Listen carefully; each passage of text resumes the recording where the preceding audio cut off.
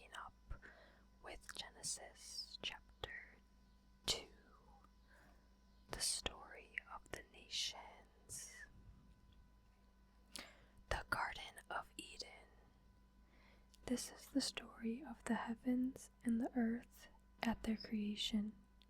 When the Lord God made the earth and the heavens, there was no field, shrub on the earth, and no grass of the field had sprouted. For the Lord God had sent no rain upon the earth, and there was no man to till the ground. But a stream was welling up out of the earth, and watering all the surface of the ground. Then the Lord God formed the man out of the dust of the ground, and blew into his nostrils the breath of life, and the man became a living being. The Lord God planted a garden in Eden in the east, and placed there a man whom he had formed. Out of the ground the Lord God made grow every tree that was delightful to look at and good for food, with the tree of life in the middle of the garden, and the tree of the knowledge of good and evil. A river rises in Eden to water the garden. Beyond there it divides and becomes 4 branches. The name of the first is Pishon. It is one that winds through the whole land of Halava, where there is gold. The gold of the land is good. Belgium and lapis lazuli are also there. The name of the second river is Gihon.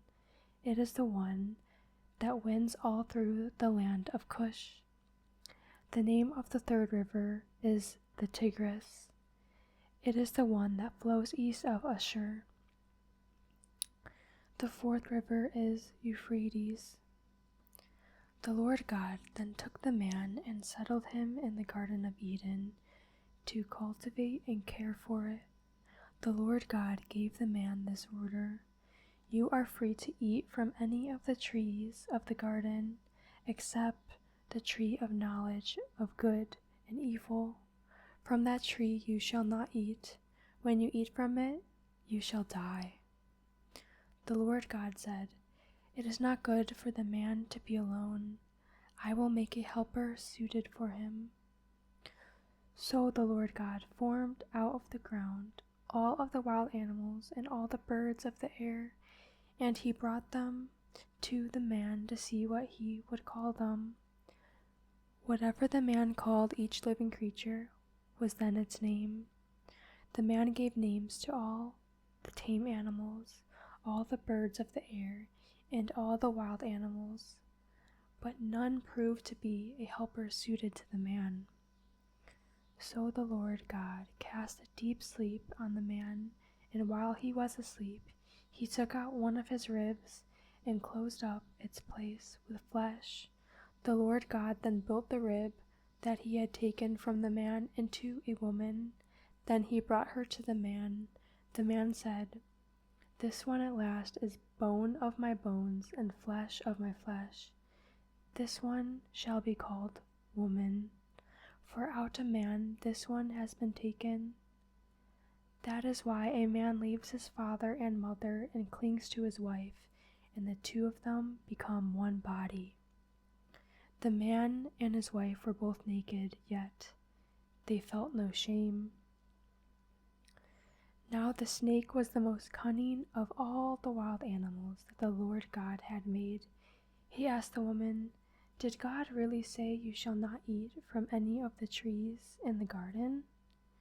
The woman answered the snake, "We may eat of the fruit of the trees in the garden. It is only about the fruit of the tree in the middle of the garden that God said, 'You shall not eat it or even touch it, or else you will die.'" But the snake said to the woman, "You certainly will not die. God knows well that when you eat of it, your eyes will be opened and you will be like gods, who know good and evil." The woman saw that the tree was good for food and pleasing to the eyes, and the tree was desirable for gaining wisdom. So she took some of its fruit and ate it, and she also gave some to her husband who was with her, and he ate it. Then the eyes of both of them were opened, and they knew that they were naked. So they sewed fig leaves together and made linen cloths for themselves. When they heard the sound of the Lord God walking about the garden at the breezy time of the day, the man and his wife hid themselves from the Lord God among the trees of the garden. The Lord God then called to the man and asked them, "Where are you?" He answered, "I heard you in the garden, but I was afraid because I was naked, so I hid."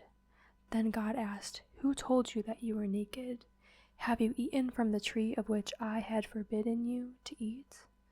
The man replied, "The woman whom you put here with me, she gave me the fruit from the tree, so I ate it." The Lord God then asked the woman, "What is this you have done?"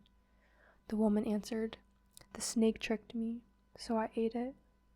Then the Lord God said to the snake, "Because you have done this, cursed are you among all the animals, tame or wild. On your belly you shall crawl, and dust you shall eat all the days of your life. I will put enmity between you and the woman, and between your offspring and hers. They will strike you at your head, while you strike at their heel." To the woman he said, "I will intensify your toil in childbearing and pain. You shall bring forth children, yet your urge shall be for your husband, that he shall rule over you." To the man he said, "Because you listened to your wife and ate from the tree about which I commanded you, you shall not eat from it. Cursed is the ground because of you. In the toil you shall eat its yield all the days of your life. Thorns and thistles it shall bear for you, and you shall eat the grass of the field. By the sweat of your brow you shall eat bread, until you return to the ground from which you were taken, for you are dust, and to dust you shall return." The man gave his wife the name Eve, because she was the mother of all living. The Lord God made for the man and his wife garments of skin, with which he clothed them. Then the Lord God said, "See, the man has become like one of us, knowing good and evil. Now, what if he also reaches out his hand to take fruit from the tree of life and eats of it and lives forever?" The Lord God, therefore, banished him from the Garden of Eden to till the ground from which he had been taken. He expelled the man, stationing the cherubim and the fiery revolving sword east of the Garden of Eden to guard the way to the tree of life. That was Genesis chapters 2 and 3. Thank you for joining me in this Bible ASMR reading session. Please like, share, and subscribe, and I'll see you at the next video. I love you all, and I hope you have a restful and energizing day. See you in the next video. Goodbye. Love you all. God bless you.